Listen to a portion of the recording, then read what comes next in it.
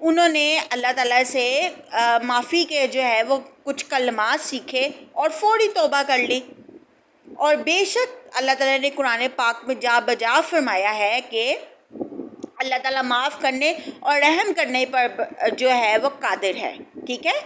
تو اس لیے دوستو ہمیں کوشش کرنی چاہیے، ہمیں اپنے گناہوں کی جو ہے وہ معافی مانگنی چاہیے۔ اچھا دوستو، جیسا کہ میں نے آپ کو ابھی یہ واقعہ بتایا ہے حضرت آدم علیہ السلام کا، اور میں بھی آپ کو اپنی ایک مثال بیان کرتی ہوں، کیونکہ میرا ایک موٹیو ہے، ایک پرپس ہے کہ جب بھی آپ کسی کو چیز سمجھاؤ تب سب سے پہلے آپ اپنے گریبان میں دیکھو، پھر کسی کو کوئی اچھی بات سمجھاؤ، کیونکہ ہمارے نبی پاک صلی اللہ علیہ وسلم نے یہ فرمایا کہ جب آپ کسی کو نصیحت کرو، واعظ کرو، تو سب سے پہلے خود پر امپلیمنٹ کرو، پھر کسی دوسرے کو سمجھاؤ۔ تو دوستو سب سے پہلے ہمیں خود کے اوپر نظر ڈالنی چاہیے کہ ہم خود کیا ہیں۔ سب سے پہلے ہمارا اپنا گریبان صاف نہیں ہوگا تو ہم کسی دوسرے انسان کو کیا کوئی نصیحت اور واعظ کر سکتے ہیں۔ ایسا نہیں ہے کہ آپ کی بہن سے کبھی کوئی گناہ نہ ہوا ہو، یہ اللہ پاک کا جو آپ لوگوں کو خانہ کعبہ دکھائی دے رہا ہے، اس خانہ کعبہ کو میں دیکھ کر ہی کہتی ہوں اور جھوٹ نہیں بولوں گی، میں نے بھی اپنی میں روز بروز بہت گناہ کرتی ہوں، ٹھیک ہے، چاہے وہ میری زبان کا گناہ ہو، چاہے وہ میری آنکھوں کا گناہ ہو، یا جسم کے میری کسی بھی اعضاء کا گناہ ہو، مجھ سے گناہ ہر روز ہی سرزد ہوتا رہتا ہے، ٹھیک ہے۔ تھوڑی سی میں زبان کی تھوڑی سی تیز ہوں، لیکن میرا جو دل ہے وہ بہت زیادہ پیور ہے، ٹھیک ہے۔ تو اس لیے میں نے آپ لوگوں کے سامنے اپنی غلطی کا اس لیے اعتراف کیا ہے کیونکہ میرے سامنے خانہ کعبہ ہے اور میں اس مقدس چیز کو دیکھ کر کبھی بھی جھوٹ نہیں بول سکتی، اور اس پیور لڑکی کو دیکھ کر کبھی بھی جھوٹ نہیں بول سکتی، ٹھیک ہے۔ تو یہ کہنا چاہتی ہوں کہ پلیز آپ لوگوں کو بھی اپنی غلطیوں کا احساس ہونا چاہیے۔ میں نے اس موضوع کے اوپر اپنے بے شمار لیکچرز اپلوڈ کیا ہیں، بلکہ جب میں نے آپ کو کل بھی بتایا تھا، اگر آپ مجھے واٹس ایپ کے اوپر ڈی ایم کرتے ہیں تو آپ لوگوں کو پتہ چلے گا کہ میں اسٹیٹس کے اوپر کس طرح کے لیکچرز اپلوڈ کرتی ہوں۔ میں نے متعدد بار آپ لوگوں کو سمجھانے کی کوشش کی ہے کہ انسان جدھر سے سیکھتا ہے وہیں سے اس کا سویرا ہوتا ہے۔ دوستو جہاں آپ لوگوں کو یہ لگے کہ آپ لوگوں کو اپنی غلطی کا احساس ہو گیا ہے، وہاں توبہ کرتے ہوئے اور معافی مانگتے ہوئے بالکل بھی جھجک محسوس مت کیجیے گا، ٹھیک ہے۔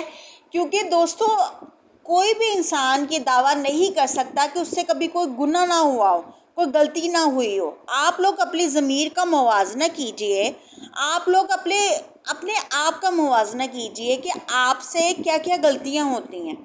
دودھ کا دولہا دوستو کوئی بھی نہیں ہے اس دنیا میں، کوئی بھی فرشتہ نہیں ہے، کوئی بھی گناہوں سے پاک نہیں ہے۔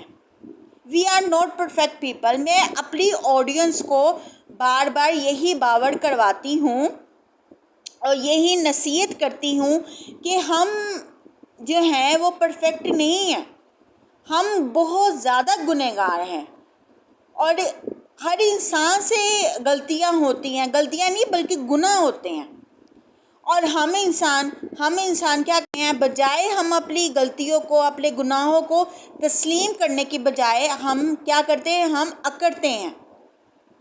ابلیس نے کیا کیا تھا؟ ابلیس نے یہی گناہ اس نے کیا تھا نا، جب اللہ تعالیٰ نے اس کو پاور دی تھی، اللہ تعالیٰ نے کہا تھا کہ تو نے اپنی پاور کا استعمال صحیح طریقے سے کرنا ہے، تو اس نے کہا تھا کہ میں اس مٹی سے بنے ہوئے انسان کے آگے سجدہ کروں، جبکہ وہ سجدہ کیا تھا، وہ اللہ تعالیٰ کی ایک شکر گزاری کا سجدہ تھا۔ اس نے کوئی نعوذ باللہ انسان کو پوجنا نہیں تھا، انسان کو سجدہ نہیں کرنا تھا، بلکہ ایک اللہ تعالیٰ کی تعظیم میں ایسی جھکنا تھا۔ اس کا اللہ تعالیٰ کا مقصد یہ تھا، اور اس نے کیا کیا، اس نے کہا کہ میں اس مٹی سے بنے ہوئے انسان کو سجدہ کروں۔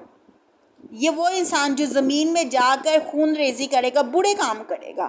ابلیس کو بھی پتا تھا کہ انسان برے کام کرے گا۔ جب اللہ تعالیٰ نے کھنکتی ہوئی مٹی سے انسان کو بنایا تو اللہ تعالیٰ تو ابلیس کو بھی یہ پتہ تھا کہ یہ اگر کیونکہ انسان سے پہلے جو ہے نا وہ جنات کا تصور تھا، ٹھیک ہے، جنات بھی ہم انسانوں کی طرح ہی زندگی گزارتے تھے. تو ابلیس نے یہ کہا کہ میں اس مٹی سے بنے ہوئے انسان کو سجدہ کروں جو زمین میں جا کر برے کام کرے گا، ٹھیک ہے نا. تو یہ چیز ہے کہ جب فرشتوں نے سجدہ کیا، ہاں حالانکہ فرشتوں نے بھی تھوڑی سی کمپلین کی تھی، بٹ ان کی کمپلین اس انداز میں تھی جس طرح ابلیس نے کیا تھا. تو مسئلہ یہ ہے کہ جب انسان اکڑتا ہے نا تو اس سے ثابت ہوتا ہے کہ ابلیس بھی اس کے آگے کچھ نہیں ہے، انسان سے بڑا شیطان کوئی کچھ نہیں ہے. ہم سب دوستوں اپنے نفس کے غلام ہیں. آج ہم جو بھی گناہ کر رہے ہیں، جو بھی برے کام کر رہے ہیں، جو بھی ہم سے غلطیاں سرزد ہو رہی ہیں، بلکہ گناہ سرزد ہو رہے ہیں، وہ صرف اور صرف ہم اپنی خواہشات کے پیچھے بھاگ رہے ہیں. ہم اپنے نفس کے جو ہے وہ غلام بن چکے ہیں، اپنے نفس کے پیچھے بھاگ رہے ہیں. تو یہ نفس ہی ہے جو ہم سے گناہ کروا رہا ہے، یہ نفس ہی ہے جو ہم سے غلطیاں کروا رہا ہے. اور سونے پر سہاگا یہ ہے کہ ہم جو گناہ کر رہے ہیں اس کا ہمیں احساس ہی نہیں ہو رہا. دوستو اللہ تعالیٰ نے نا معافی کی بہت زیادہ اہمیت رکھی ہے. اللہ تعالیٰ کہا ہے میں بڑے سے بڑے گناہ معاف کرنے پر قادر ہوں اگر انسان اپنے گناہوں کی پہچان سچے دل سے کر لے، اپنے گناہوں کا احساس سچے دل سے کر لے. تو دوستو ہم سب کو یہ اللہ تعالیٰ کی بارگاہ میں عہد کرنا چاہیے کہ ہمیں اللہ تعالیٰ سے معافی مانگنی چاہیے.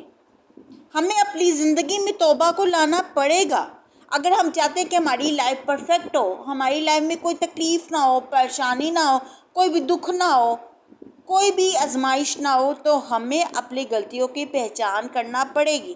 یہ نہیں کہ ادھر سے ہم نے توبہ کی اور ادھر سے ہم نے وہی گناہ کرنے سٹارٹ کر دیے. ایسا نہیں ہونا چاہیے. اگر توبہ کریں تو سچے دل کے ساتھ کریں، اللہ تعالیٰ سے معافی مانگیں تو سچے دل کے ساتھ کریں. اچھا دوستو، میں آپ کو ایک اپنی بات بتاتی ہوں کہ میری ذات میں دکھاوا نہیں ہے.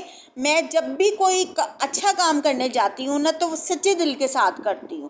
اور اگر میں نے جو کام نہیں کرنا میں اس میں دکھاوا نہیں کرتی، میں کسی کو دکھانے کے لیے کوئی نیکی کا عمل نہیں کرتی، بلکہ اللہ تعالیٰ کی رضا، اس کی شنودی حاصل کرنے کے لیے کرتی ہوں. کیونکہ اللہ تعالیٰ کو دکھاوا نہیں پسند. اللہ تعالیٰ کہتا ہے کہ اگر تم میری عبادت کرو تو سچے دل سے کرو، پر خلوص طریقے سے کرو.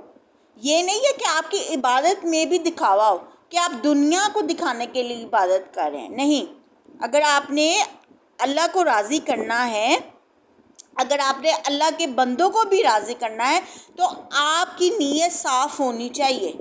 آپ کی نیت میں فتور نہیں ہونا چاہیے، آپ کے عمل میں دکھاوا نہیں ہونا چاہیے. ٹھیک ہے؟ تو آئی ہوپ آپ لوگوں کو میری آج کی ویڈیو بہت پسند آئی ہوگی، کیونکہ آج کی ویڈیو میں نے بہت دل سے بنائی ہے اور مجھے جتنی دل سے میں نے بنائی ہے اس دل سے کئی زیادہ مجھے آپ لوگوں کا پیار چاہیے.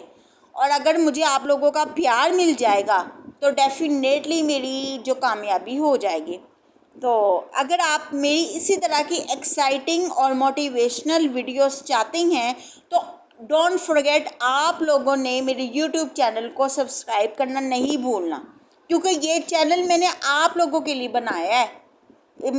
میرا چینل بنانے کا